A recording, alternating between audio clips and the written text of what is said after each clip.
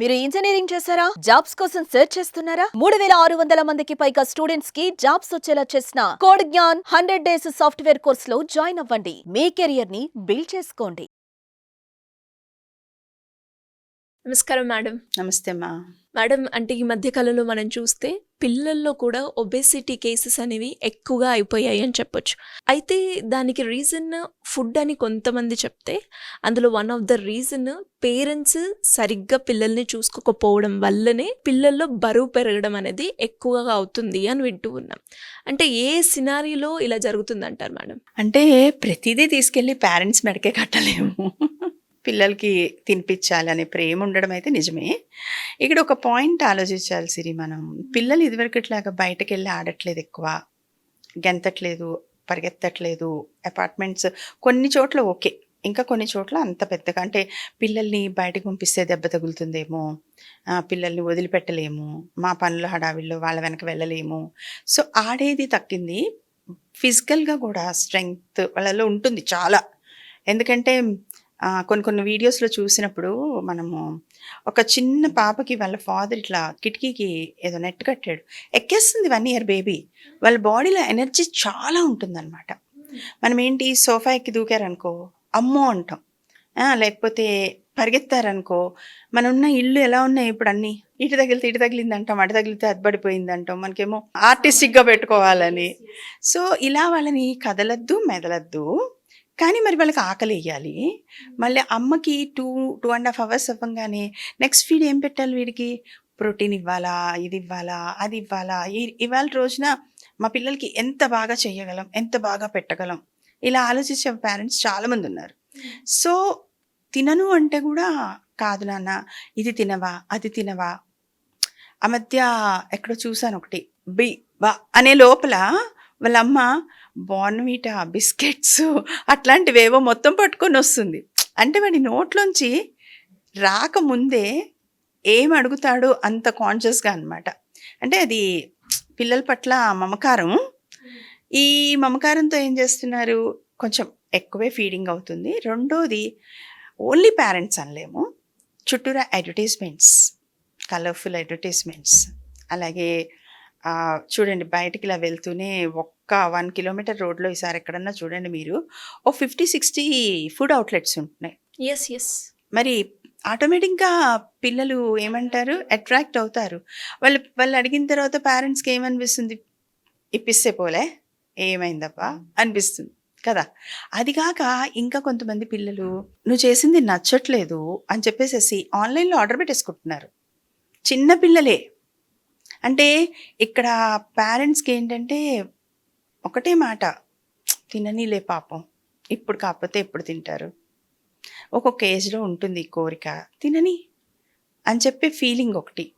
So ఆన్లైన్లో order పెట్టుకుని మాకు ఇదే కావాలి, ఇదే కావాలి అని, అట్లా రకరకాల reasons, not only A reason. మళ్ళీ చూడండి పిల్లలు తినట్లేదు. పాత రోజుల్లో చూడండి, మా దగ్గర అప్పుడు టీవీ లేదు, మేము పెంచినప్పుడు మా దగ్గర ఫోన్ లేదు, ఏం లేదు, కానీ మేము కూడా పిల్లలకి భోజనాలు పెట్టాం. పిల్లల్ని ఆకలి వేయనివ్వాలి, ఫస్ట్ పాయింట్ అర్థమైందా. అసలు వాళ్ళకి ఆకలి వేయనివ్వాలి.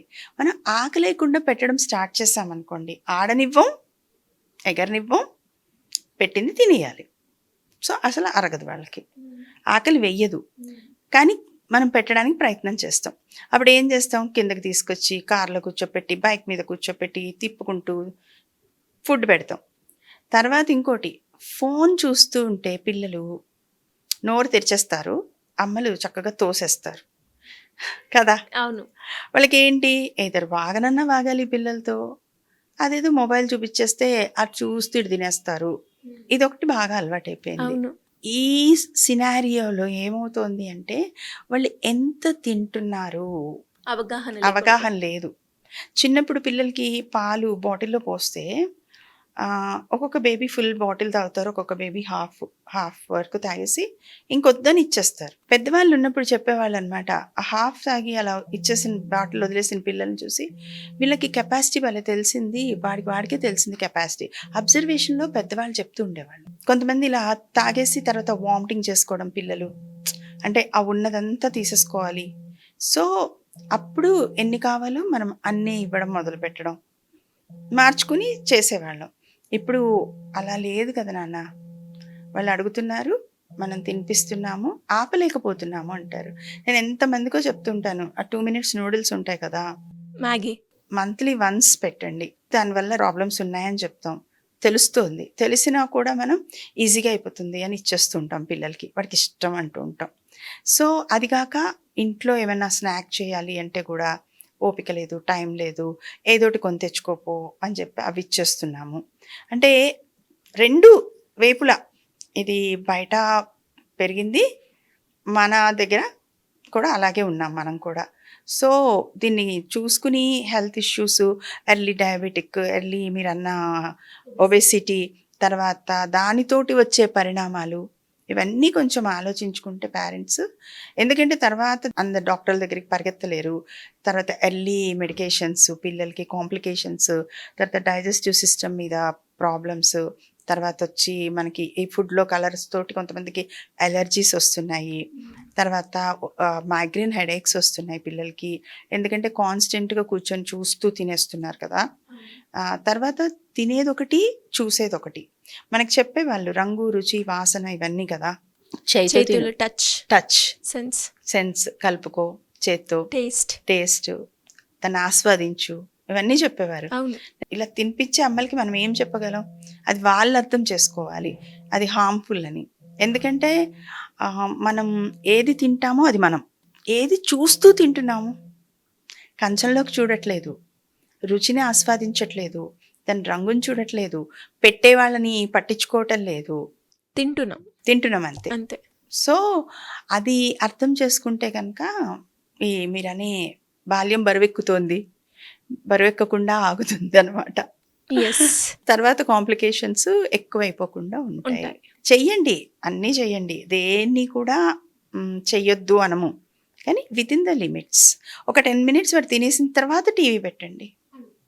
మొన్న ఇలాగే ఒకళ్ళు వచ్చారు చుట్టాలు బాబు, వాడు ప్లేట్లో భోజనం పెట్టంగానే పాట అని స్టార్ట్ చేశాడు. అంటే వాడికి ఇంకా మాటలు కూడా రావు, కార్టూన్ అంటాం రాక పాట అని మొదలుపెట్టి, నేనున్నాను ఒక 2 మినిట్స్ చూద్దాం ఏమంటాడో అన్నాను. వాడు ఏడ్చి ఇలా మొత్తం నోట్లోంచి కళ్ళన్ని మూసేసుకొని ఏడుస్తూనే ఉన్నాడు. ఇంకా మనం చూడలేక వాళ్ళ పేరెంట్స్ అలవాటు చేశాక who are we to stop. సరే ఓకే అంటే అప్పుడు ఇంకా వాళ్ళు టీవీ పెట్టి వాడు శాంతించాడు, వీళ్ళు తినిపించారు.